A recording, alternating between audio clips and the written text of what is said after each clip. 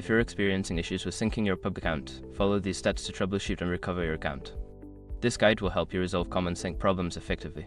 Step 1. Check internet connection. Ensure that your device has a stable internet connection.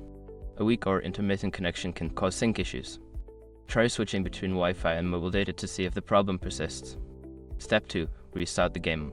Close the PUBG application completely and restart it. This can refresh the game and may resolve temporary glitches that are causing the sync issue. Step 3. Update the game. Make sure you are using the latest version of PUBG. Go to your device's app store, check for updates, and install any available updates to ensure you have the most recent features and bug fixes. Step 4. Clear cache and data.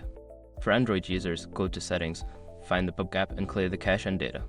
For iOS users, you may need to uninstall and reinstall the app. This can help eliminate corrupted files that may be causing sync problems. Step 5. Contact support. If the issue persists after trying the above steps, reach out to PUBG support. Provide them with your account details and a description of the problem for further assistance. By following these steps, you should be able to resolve your account sync issues in PUBG. If problems continue, don't hesitate to seek help from the game's support team.